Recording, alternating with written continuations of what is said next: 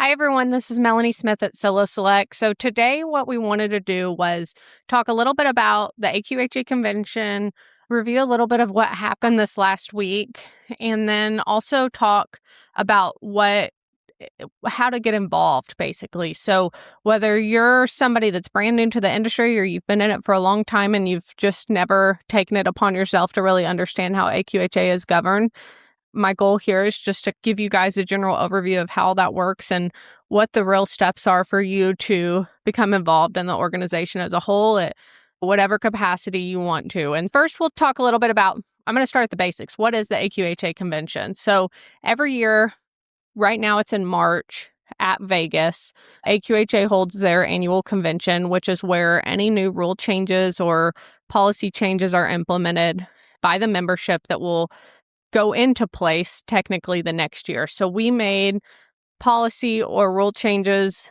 or whatever it may be this last week at the AQHA convention, and those will go into effect with the 2027 rule book.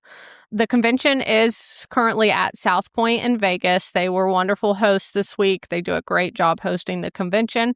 And this year, they said there was just under 1,000 people there. As a member, that's a little bit disappointing because we have 225,000 members, I think. Active members is what they said there.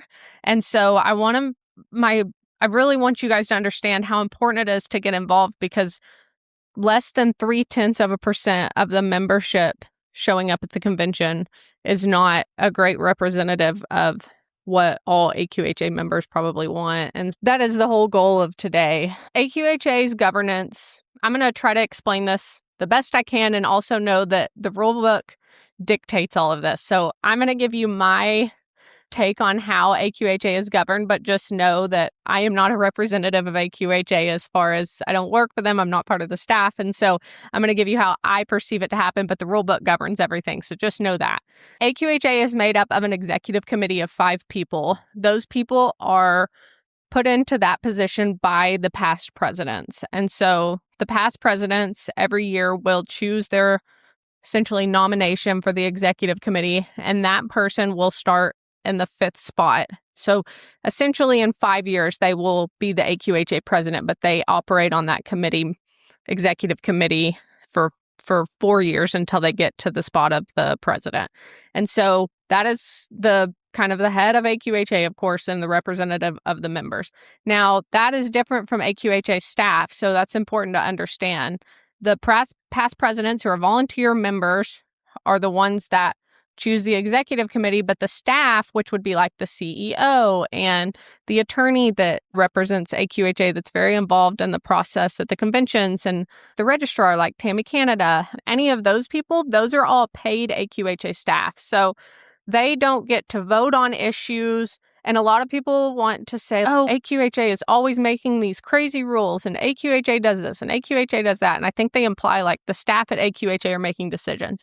The staff at AQHA are not making decisions. They are going off of what the membership votes in every year at the convention. So if you're unhappy with the way things work, the way it gets fixed is going to a convention, not complaining about AQHA staff and thinking that they make all of these rules or they don't make the rules. So I think that's one really big thing people need to understand when they are voicing their tiffs with whatever processes or policies or rules are put into place by AQHA.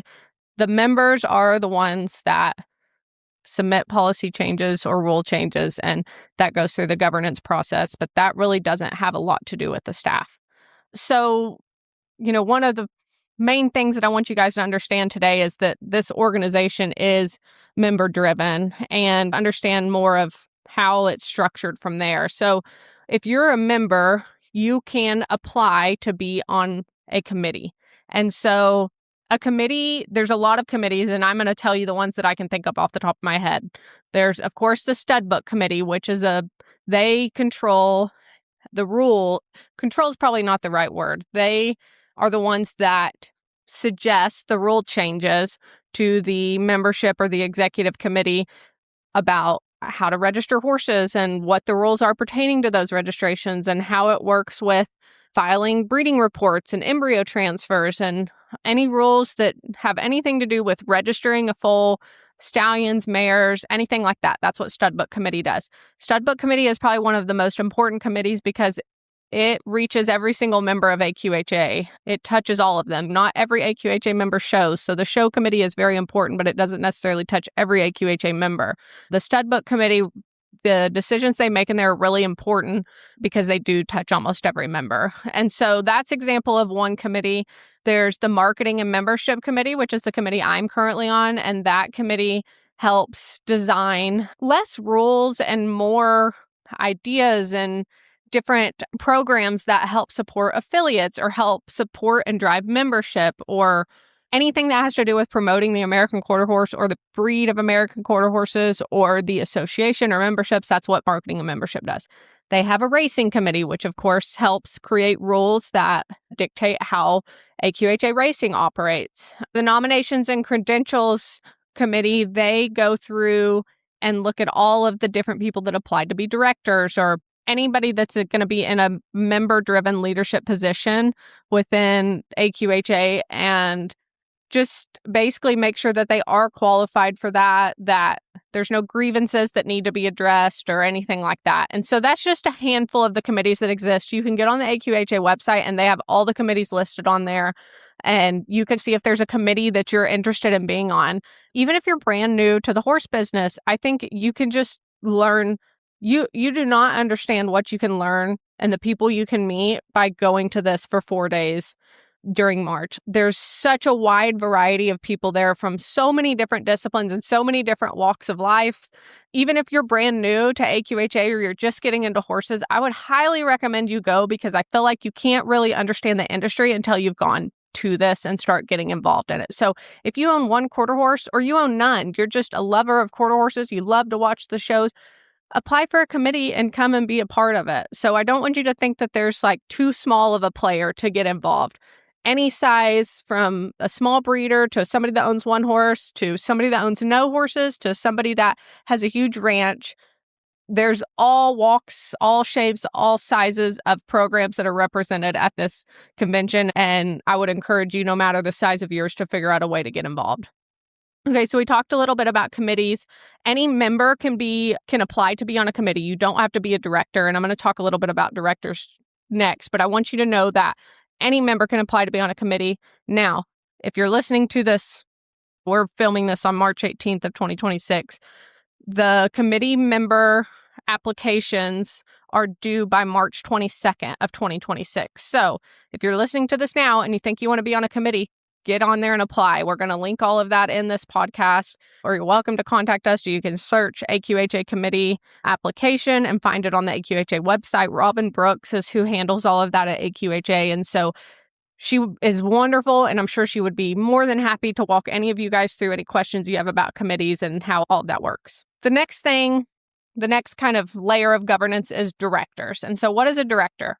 A director is a representative of a state, and each state gets allocated a certain number of director spots. And so Texas, this isn't going to be exact, but I think we maybe have 30 or 40 or 50 director spots. And that is all decided every year based on the population of horses that are in Texas. So it's the government. You get so many seats based off of population. It's the same thing in this. The population of horses dictates how many seats as far as directors go each state gets. And so there's different types of directors.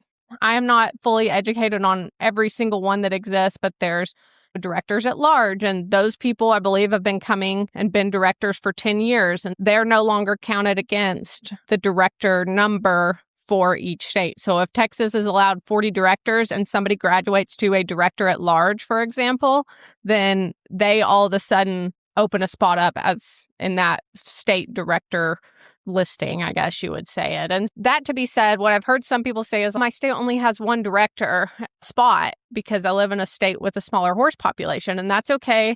Just I would tell you to contact Robin and let her know that you're interested in becoming a director. She also handles everything that has to do with directors, and she can guide you to, hey, this person maybe is going to be up for director at large soon, or hey, we'll put the bug in their ear that there's somebody that wants to be a director in that state. And if that's something that maybe they feel like they're not having the time to give their all to, then they may put you in that spot at some point. And just know if you want to be a director, I would encourage you to contact Robin and apply.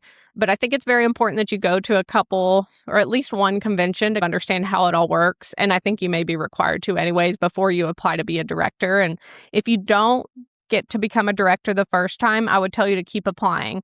There's a lot of people for the Texas directors that apply every year. And a lot of times those people come back a couple of years in a row before they get put on as a director. So I would tell you, don't weaken. Like, just continue applying and continue showing up and show that you want to be there and that you have things that you want to contribute to AQHA. And those members are going to make sure that you get on there.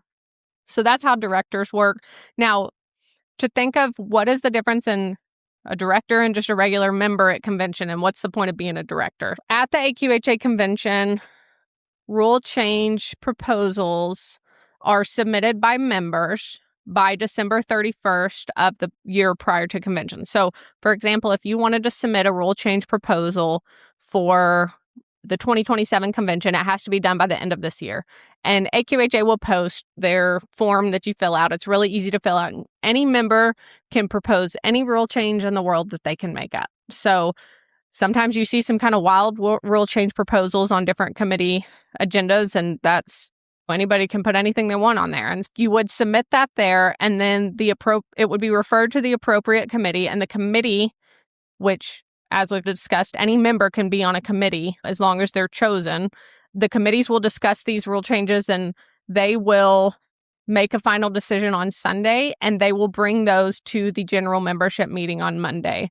And so I'm going to talk more about that and the schedule of the convention in a minute. But back to the directors and how are they different from committee members or just regular members that attend the convention. So you have your general membership meeting on Monday, and that's whenever each committee chair will come up and explain, this is the different agenda items we went over, and here's our essentially suggestions to the executive committee and the membership that we would like them to accept. And so most of the time, those are accepted with no issue.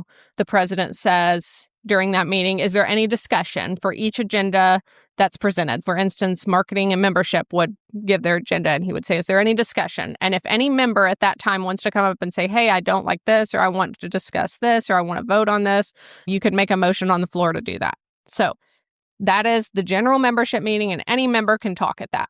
Now, the next meeting right after a luncheon is the board of directors meeting. That meeting is open to all members, but the board of directors are the only ones that can talk, and they're the only ones that can vote at that point. So if something is raised in the general membership meeting, it can be voted on at that time by all the members that are there at the convention. And we use these clickers and we vote. So that is like this weekend, the 2-year rule was challenged and voted on during the general membership meeting on Monday morning. And that was where the general members did vote that they wanted to delete rules despite what the stud book committee's recommendation was. And so technically, that's not the final vote. And I think that's where people get a little bit confused. Now, the board of directors generally would follow what the membership wants. And that is what happened on Monday. But the board of directors could vote the opposite direction. So to put all this in example, Monday morning, the stud book committee chair got up and said, these are all of our recommendations. And we got up and said, hey, we want to make a motion to pull this certain thing out. That was voted on and approved by the membership to pull the deletion of the 2-year rules out of the agenda. We approved the rest of the agenda. The next step is I made a motion on the floor to say we want to delete these 2 rules as stated in agenda item 28, and we would like the membership to vote on that. So essentially from there, the membership was able to vote. It went up on a screen and they said you can choose button 1 on your deal for yes and button 2 for no. And so that was voted on, and ultimately the membership voted that they did want to delete those rules despite the stud book committee's recommendation. So after all of that was done, we broke for lunch. Now we go to the board of directors meeting at 1:00. The board of directors at that time will listen to the agenda or each committee's agenda recommendations again. When the stud book committee chair came up, he read each item, and the one that we voted on as a membership to change was worded differently. It said the membership recommends to delete the 2 rules that address the inability to use embryos or frozen semen after a horse has been dead for 2 years if they were born in 2015 or later. And so he said that, and it was that the membership recommended to delete them. Now, this was the time where we had to see if a director was going to stand up and dispute that. And ultimately, no directors got up and disputed it. I was really proud of the directors because they did go with what the membership overwhelmingly voted for that they wanted in the membership meeting. So I have a lot of respect for the people that we ultimately disagreed with, and they did not try and squash what the membership wanted, and they could have. If you were one of the people that sent a letter to the board of directors, I would encourage you to respond to them again and just tell them thank you for that. I know there was a lot of different opinions on it, but that is how the committees interact with the membership meeting, which interacts with ultimately the board of directors. Now, the stud book committee, anything that's decided on in this meeting does not go to the executive committee to approve. All of the other committees do. So the executive committee has the final say. And so the stud book committee, whatever's decided on there is final. So that is final, what was decided at this board of directors meeting, which was that those 2 rules would be deleted. So hopefully that kind of explains a general idea of the governance. I'm going to go into different parts of this as we continue through this podcast, but hopefully that kind of explains some of what is very confusing about the governance process. So just to recap, let's say that you want to submit a rule change proposal. You will submit it by December 31st of the year before the convention. So, for example, you would submit it by December 31st of 2026 to have it reviewed at the 2027 convention by the appropriate committee. Let's say you submitted something to the stud book committee because that's the one that I'm the most familiar with. So if you submit it there, then that will go on an agenda that is posted and provided by AQHA prior to the convention for all members to review. If you're going to submit a rule change proposal, it's very important that you come to the convention to back up the what's and the whys of why you want this rule change proposal to be enacted. So that rule change proposal goes on the stud book committee's agenda. Then Saturday morning, it will be, for the stud book committee, it will be the open membership discussion. So they go through each agenda item and the chair will say, is there any discussion on this? We're on agenda item 25. Is there any discussion? And that is your chance as a member, whether you submitted the rule change proposal or not. That's your chance to go up and give your comments or anything that you want to say, that you want the rule change proposal or you don't, and this is why. And that's what the stud book committee is there for, is to listen to that and take what each member says whenever they come up into account as they have more discussion on Sunday. So Saturday is the day for all the members to be able to voice any concerns about any agenda items to the stud book committee. Now, an important note about that is you can't just show up at the convention and say, hey, by the way, I want to change rule 1110.9. That's not how it works. They will not address anything unless it's on the agenda. So it's very important that you understand that those have to be submitted formally as a rule change proposal for it to be discussed at any committee meetings. This is any committee throughout all of AQHA. So on Sunday, the stud book committee will go through and discuss that amongst each other, but members cannot talk then. That is specifically for the stud book committee to be able to interact with each other. There was, I think, 25 people there this week that were on that committee. And so obviously with 25 people, there's a lot to be said, and it takes a little while to go through a lot of those agenda items. So that's what they do all day Sunday. Monday is the general membership meeting. That's when members get to vote. So when you're planning out how you're going to come, the membership vote on anything that is disputed in the general membership meeting is on Monday. Not every single agenda item is voted on, to be completely clear, because we would never get out of there. Only if it is brought up for discussion, which anyone can address anything to be brought up for discussion as long as you're an AQHA member on Monday. Board of directors will vote if it's brought up for discussion again that afternoon, which is the final vote. And for most of the committees, that is then taken to the executive committee to approve. And then I think they will say what their final decision was a couple months after the convention. But for stud book committee, whatever's decided by the board of directors stands. So just a recap of how that process works. So I'm going to talk a little bit now about this year's convention. I know I've touched on it a little bit here, but the kind of change in tides that happened this year. So we meaning I think all of the directors, the members, the executive committee was all really excited to see that there were so many new people there this year. They said they had over 100 first-time convention attendees, which is huge for the convention. And I hope that next year there will be even more. And we're going to continue to try to educate and push to try and get as many of you involved to go to this as possible next year.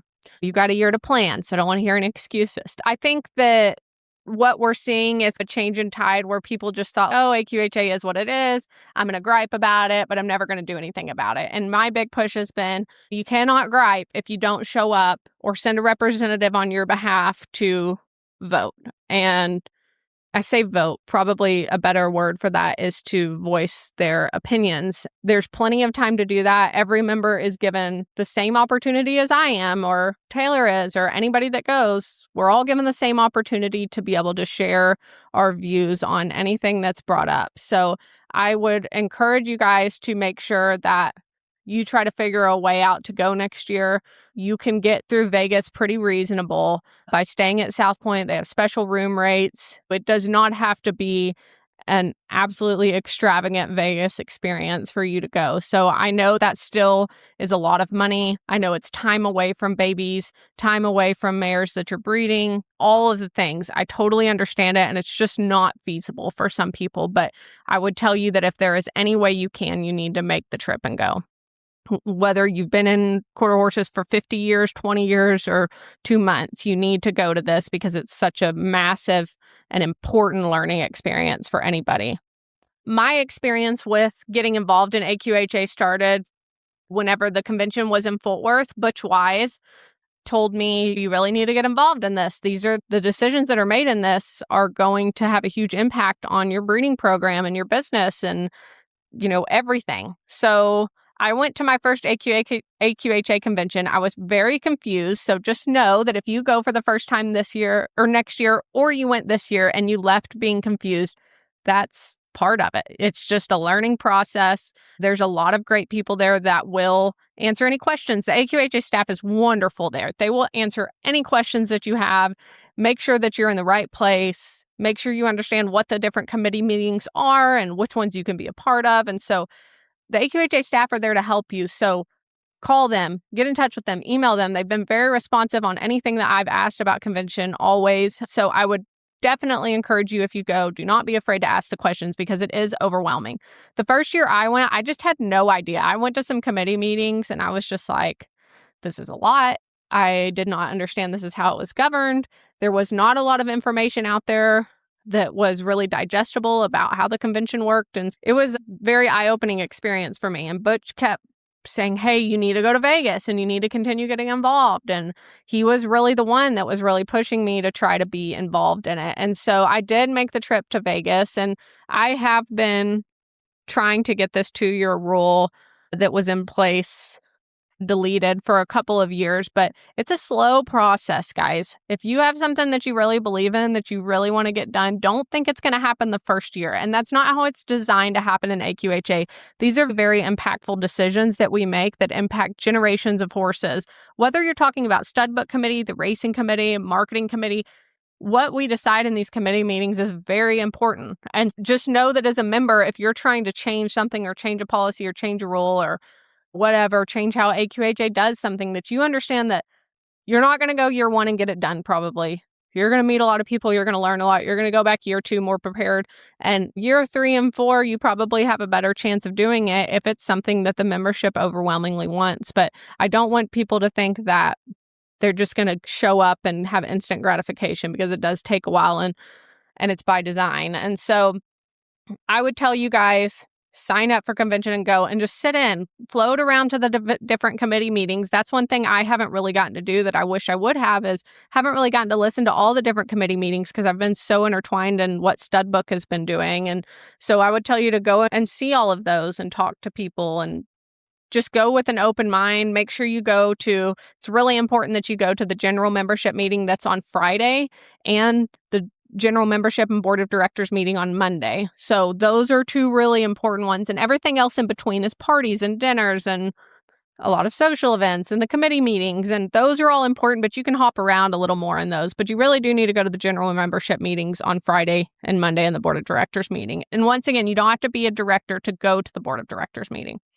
So I think that is a recap of AQHA, how it's governed. Once again, I am not an AQHA staff member. Do not take every single thing I say by the book. That is my best description of how it all works.